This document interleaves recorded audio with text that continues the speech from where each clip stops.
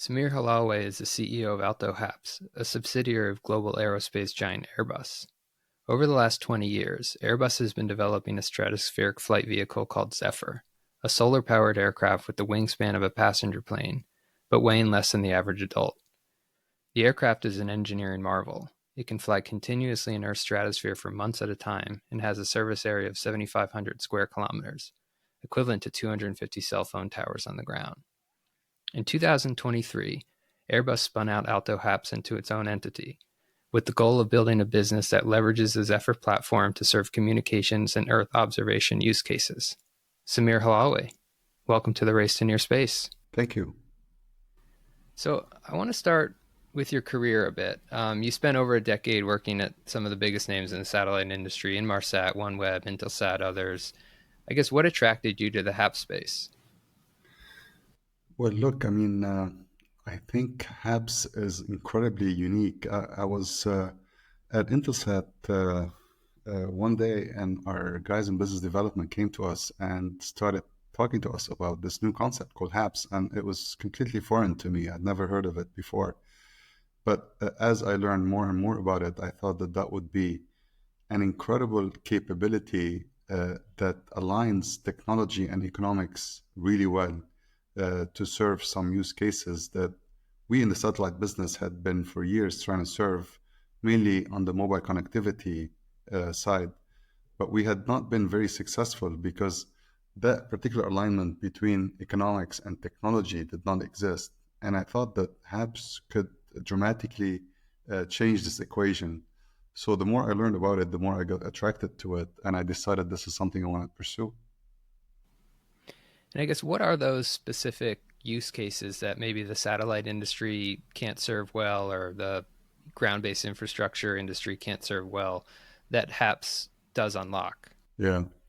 So if you look at mobile connectivity today, right? How do you have your cellular service? Your cellular service is offered to you by the mobile operator with infrastructure that they install, everywhere. They put up base stations that consist of usually some steel structure that consist of some radio equipment on them. They have also, of course, power. So they're powered by something, either diesel in remote areas or electricity. And they are then they have backhaul. The backhaul is in the form of either fiber optics or microwaves that connect that base station to the rest of the network. And this is the primary way that mobile operators offer a cell service. Now, I don't know where you are located, Scott, but if you're, I live in Washington, D.C., just outside Washington, D.C. I have coverage, not always very good, but I have coverage pretty much everywhere close to my house by the mobile operators. And that is because there's enough base stations around that are justified from a cost point of view by the fact that there's a lot of people in that area. So those people generate revenues for the mobile operators, and as such, they invest in base stations. When you start going a bit farther, I was this past summer in Yellowstone. You'll see that many parts of Yellowstone are completely not covered. And they're not covered, not because the mobile operators can't cover them from a technical point of view, but because you put those base stations or those towers and you don't get a return on your investment. There's not enough people or traffic that justifies that. So this is where there's a gap, and that's why there's many places around the world with many people that are unconnected. And when you look at the satellite world, the satellite world said, okay, you know what? There are those rural and remote areas. How can we serve them? And what can we do for the mobile operators to help them put towers in those locations that make it more compelling for them from an economic point of view? Basically, the satellite operators can pretty much only replace the fiber link or the microwave link, which is the backhaul to the rest of the network. But you still have to basically have the structure, have the power, and have the radio equipment. So this is where the total cost of ownership becomes quite high from a satellite point of view. Going to HAPS now, HAPS is an aircraft that is solar powered. And it's an aircraft that can act like the whole terrestrial tower, and it can replace the equivalent of about 200 towers on the ground. So, and it can do everything. It's the backhaul, it's the solar power which replaces the diesel, it's the radio equipment, and there's no obviously steel structure. Because of that, in areas where you are solving for coverage, where you want to provide coverage, HAPS becomes not only a great technical solution, but it becomes also a very compelling economic solution as well. Interesting. I mean, the density point that you raise is an important one. Sort of as areas get less dense, it makes less economic sense to serve them. But of course, that the opposite of that is true too. As you get higher up, the things like latency get bigger. So how does HAPS fit in there? And that's the beauty of HAPS is when you look at where HAPS is versus satellite, for example, HAPS is at 20 kilometers, which is about 60 to 80,000 feet. At that altitude, the HAPS or the aircraft can communicate directly with a mobile, with a standard mobile, and it can do so with a very low latency, very similar to what you would do from a terrestrial base station, under 10 milliseconds, 5 to 10 milliseconds. And you can do that with high speeds, full 5G, 4G capability. You're not missing a beat. It actually performs exactly like a tower. In some cases, even better because it's overhead, so you're not blocked by buildings or terrain. Whereas satellite, starts at 400 kilometers. That's for LEO satellites, and then you go up to 36,000 kilometers for GEO. So the signal has a lot more to travel, which means the latency is a lot higher, and the ability to get this bandwidth is pretty much impossible unless you have a big antenna on the ground. So HAPS is at the right altitude, if you want, to provide the right level of coverage. Of course, satellite provides more coverage because it's higher, but the higher up you go, the less power you have to get to those devices with the speed that you want to get to. So it's a great compromise in terms of technology and in terms of coverage. I'm curious, as you look forward to increasing data demands, is there a limit to the capacity of data you can serve, or do you feel comfortable with the 60,000 foot altitude at which your HAPs are operating?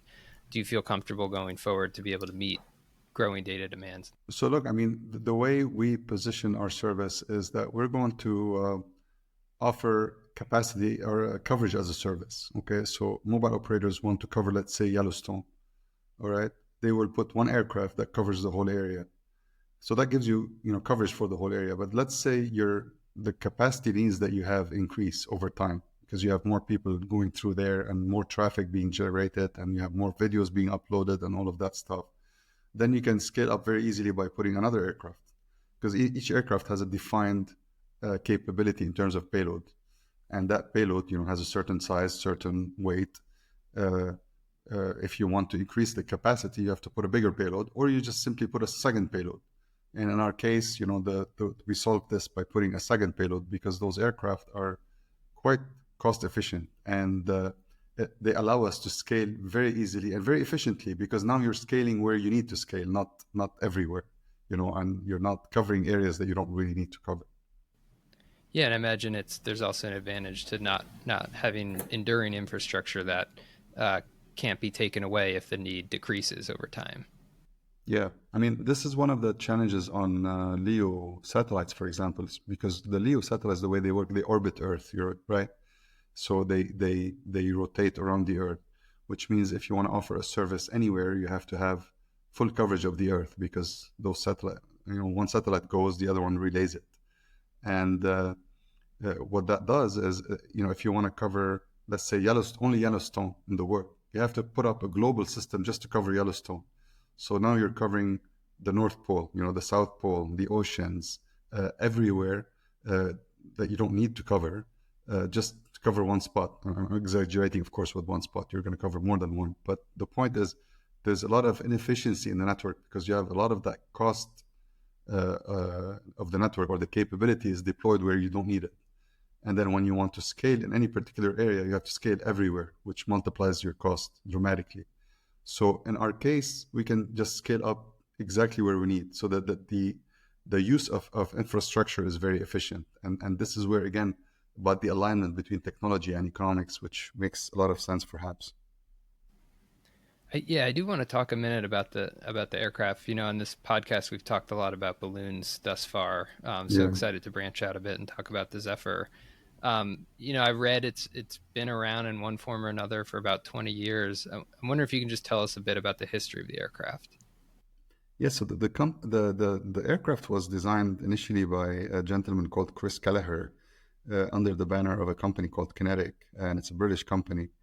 And in 2013, I believe, Airbus acquired the aircraft from Kinetic and the technology and continued to develop it over a number of years. And it got to a point where in 2021, Airbus said, you know what, we have an aircraft that can do something really interesting here. It can fly for days and weeks and eventually months at a time. And this aircraft is light. It has demonstrated that it can fly overnight in the stratosphere, which is a very, very important thing to do. And we can talk more about that if you want. But they have demonstrated that they can have that longevity in the stratosphere. So what can we do with it? And there was a view at the time, a very smart view, that there's a service that can be developed out of it, a service, either a connectivity service or an Earth observation service, and those could be done in a very effective way. So the Airbus decided to carve out the project as a separate company, and they did that in July and May of 2022.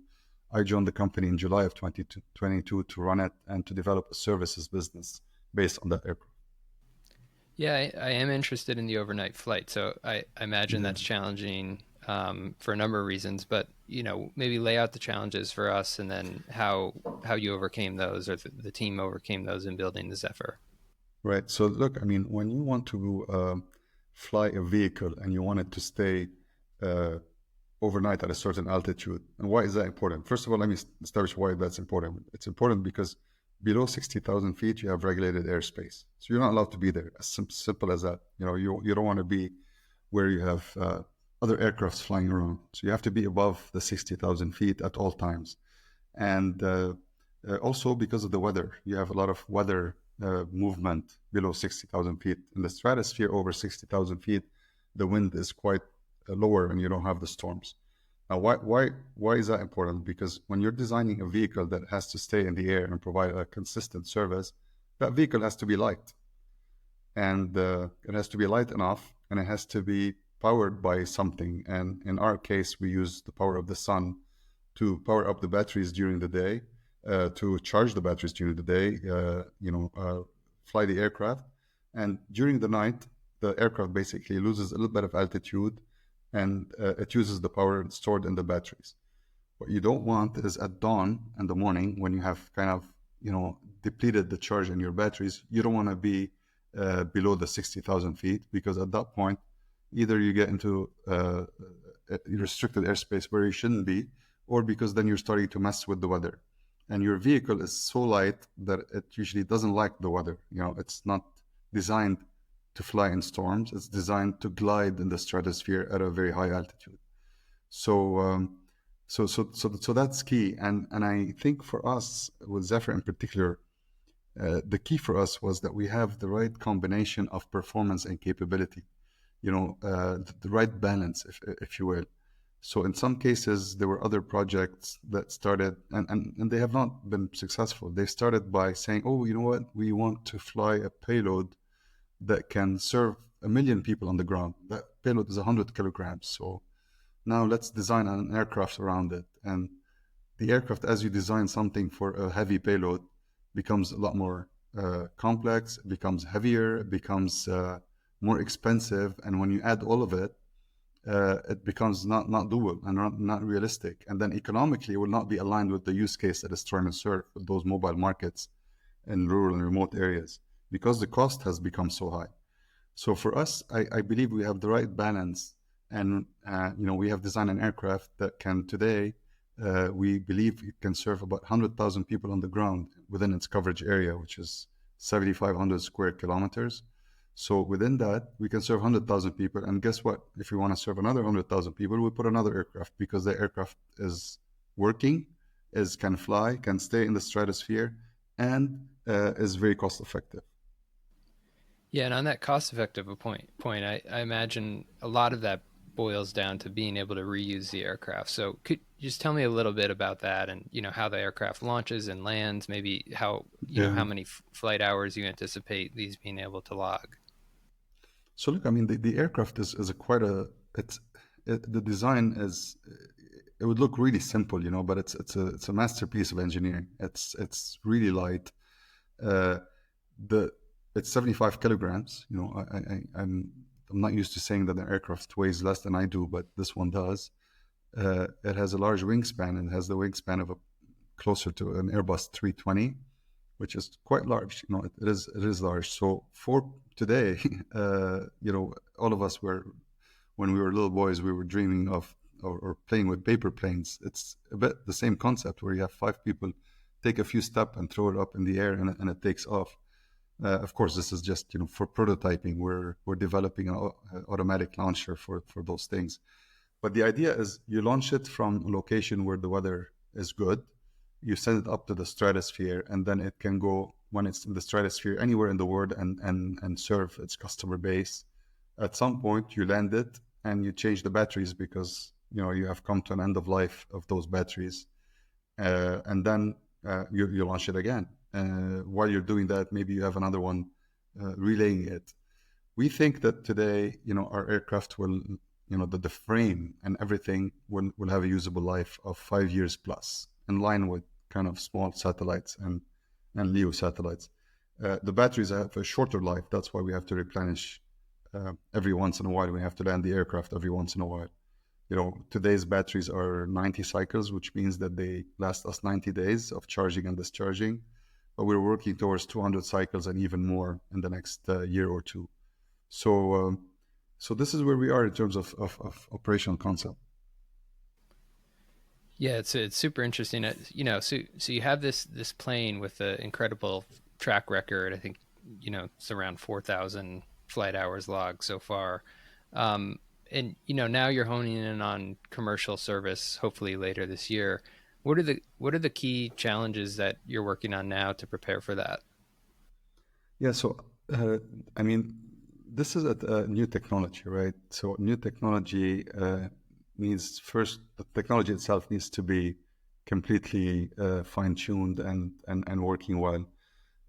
So we have aircraft development that is being fine-tuned as we speak, but the most important thing is the design now is at a place where it's certifiable. What you want is to certify this aircraft so that you can basically fly it anywhere at any time and over any country. We're working on a type certification with the Civil Aviation Authority of the UK, the UK CAA, and that's mainly one of the maybe the long pole of the tent here in terms of getting us into commercial service. Of course, we're also developing the payloads and the telecom type systems and networks that will allow us to offer the services that we want to offer for our customers. So bringing all of this together is yeah, is what lies ahead of us between now and full entry into service, which we anticipate to be in late 25 or early 26. Got it. Got it. Yeah, I've been reading a bit about these commercialization plans, and one thing that was super interesting to me is, you're thinking about developing, I think it was around 5 bases around the world, each of which could produce up to 50 aircraft. I'm wondering at scale, how many aircraft do you anticipate being the air at once, or what does this look like when you're up and running and serving, hundreds of thousands of customers? Yeah, I mean, look, we think that within maybe 5 years of when we launch our service, we should have closer to 400 or 500 aircraft in the air serving customers at any given point. The idea of the 4 or 5 locations is that we want, like I said earlier, we this aircraft is designed to glide in the stratosphere. It's not designed to brace through storms and fly through hurricanes. It's in order to launch and land the aircraft, which we will do quite a bit of. We want to establish facilities where the weather is good. Now, there's no place on this planet where the weather is good, 24 hours every day of the year. It just doesn't happen. So the idea is to have 4 or 5 facilities that complement each other that together will give us uninterrupted access to the stratosphere any day of the year. And if we can launch from one, land in another, or launch from the next day from another one when the weather permits. Again, like I said, once we get them into the stratosphere, they can operate anywhere. So that's the first concept. The second concept is we're looking to establish assembly lines that are co-located with those facilities, which we call Aalto ports. And by doing that, then you're a lot more efficient, and you don't have shipping costs, you don't have damages in shipment of lightweight type equipment. So you're more efficient, and you're producing probably with a better cost base than you would if you were centralizing things. That's the idea, and we will be able to scale up as much as we need to. With demand, with increases in demand, we can, of course, keep producing, adding more shifts, or increasing the size of our assembly lines. So that will give us a very flexible model. We've talked quite a bit about the connectivity use cases here, but I think another key one for Aalto HAPS is Earth observation. I wonder if you could just talk to me a little bit about where that market segment is and what you think you could add to it with this technology. Look, I think this is a market that is about to boom in the world. I think that the world is waking up more and more to the need for some form of sensing, whether it's images or videos or some sort of sensors that you put on today mainly on a satellite. In some cases on drones. The challenges that satellites have had is you have two types of satellites, and they're both low Earth orbit satellites. So they orbit, at a low altitude, about maybe 300, 400, 500 kilometers high, and they orbit around the Earth. So the challenge with satellite is because they are moving over the Earth, either you have really big satellites that have very high resolution because they can carry big cameras, but you don't have that many of them because obviously they're costly. So those things take high resolution images and come back maybe a day later or 2 days later to the same spot and take another image. So you get high resolution images, but you don't have a persistence. You don't know what happened in between. Or you have satellites that are smaller where you have a lot more of them. So they revisit maybe every 2 or 3 hours the same spot, but they don't have the same level of resolution. The beauty about HAPS is you don't have to compromise because you can have the very high resolution camera in most cases, better than anything on even the big satellites, and you can decide what you want to be looking at. So if you want to look at a particular spot and see that the changes over time, you just keep the aircraft right over that spot, and you can observe what happened over time, not just at one moment in time, and intermittently. So this is, I think, where HAPS can bring something that is, game changing for the Earth observation market, and that would help multiple use cases like border protection, precision agriculture, forest fire management, disaster management in general, many potential use cases. Interesting. We've been talking a lot about sort of the limitations of satellites, and I know there are some advantages. We've talked about those as well. But given your really extensive history in the satellite industry, I guess I'm just wondering, how do you see HAPS fitting into this broader ecosystem and maybe include in that ground-based infrastructure? But is this a zero sums game, or is this a rising tide lifts all boats type of situation? It is not a zero sum game. I think what if you look today at the world, every orbit has characteristics that are really important for that orbit. Going from a terrestrial base station to a drone, to a HAPS, to a LEO satellite, to a MEO satellite, to a GEO satellite. Each one has characteristics that can serve different use cases in different ways and better than the other orbits. So GEOs, for example, nothing can replace GEOs for broadcasting. Nothing can do it. They have, each satellite can see a third of the Earth and can provide services that the other layers or different orbits cannot do really well. LEOs, I think, are very good to give blanket coverage of the Earth, but blanket coverage that is a very thin capacity because there's so much capacity you can offer without the cost being so astronomical that it doesn't make sense, to do anything.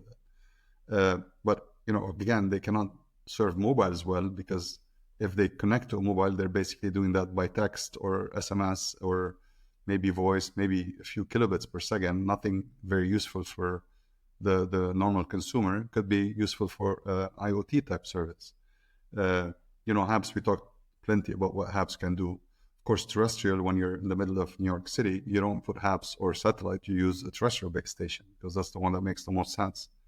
And in some cases, drones become good, but drones, again, are expensive. They need fuel.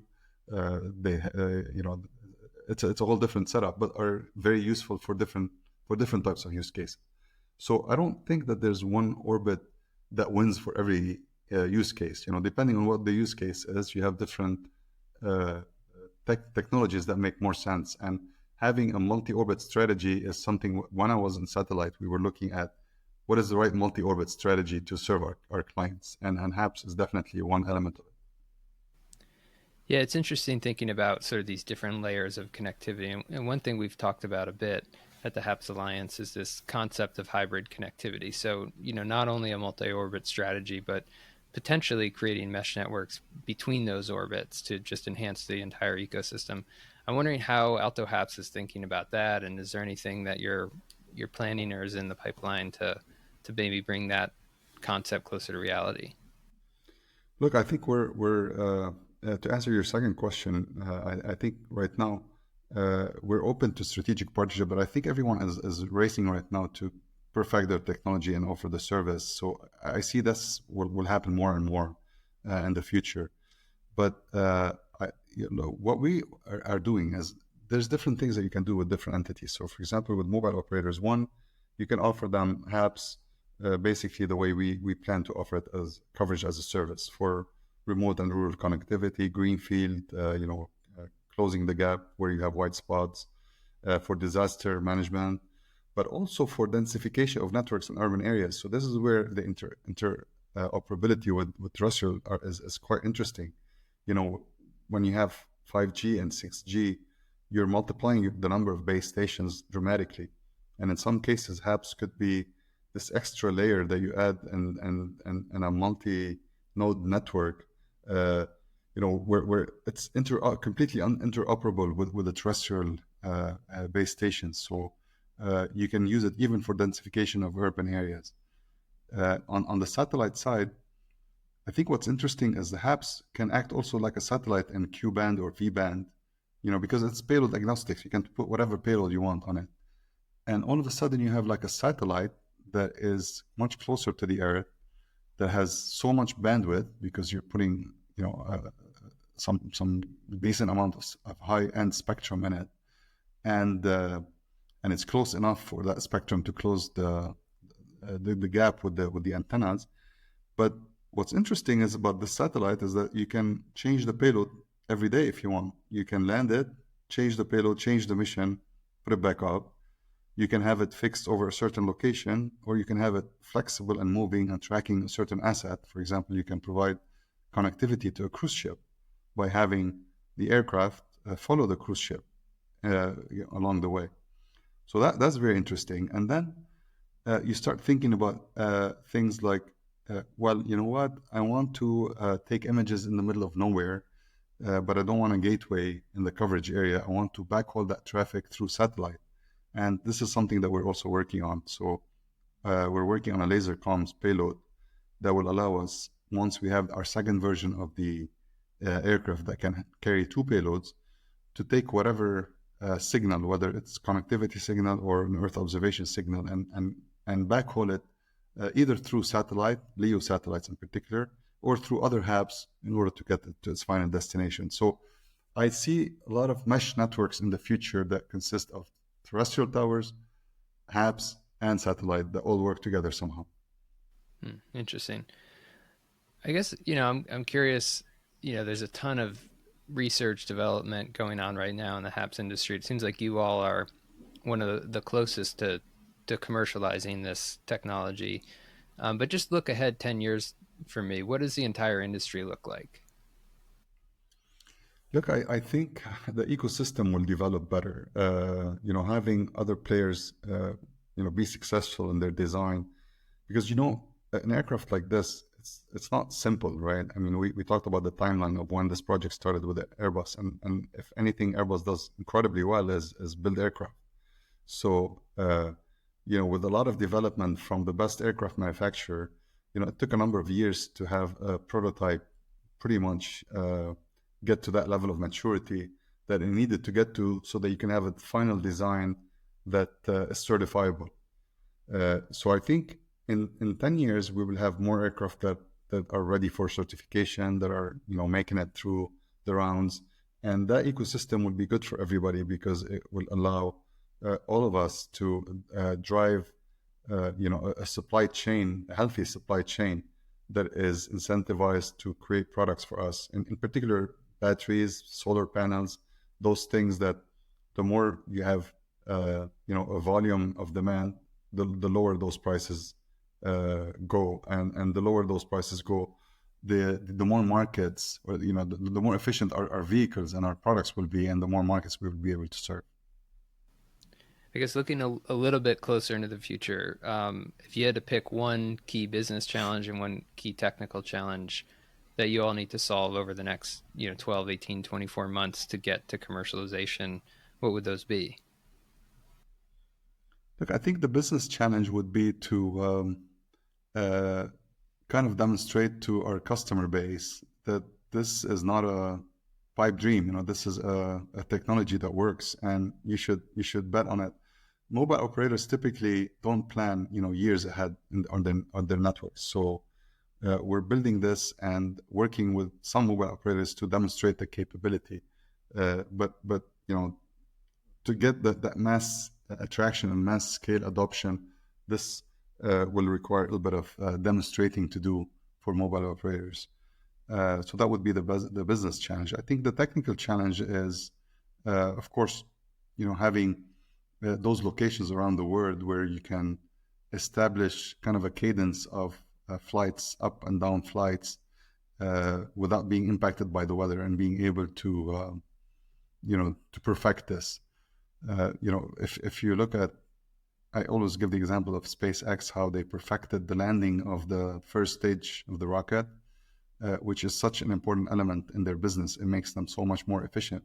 That was not done overnight, right? It took a number of trials, and it took a lot of mastering to do. But now it's a given. Nobody talks about it.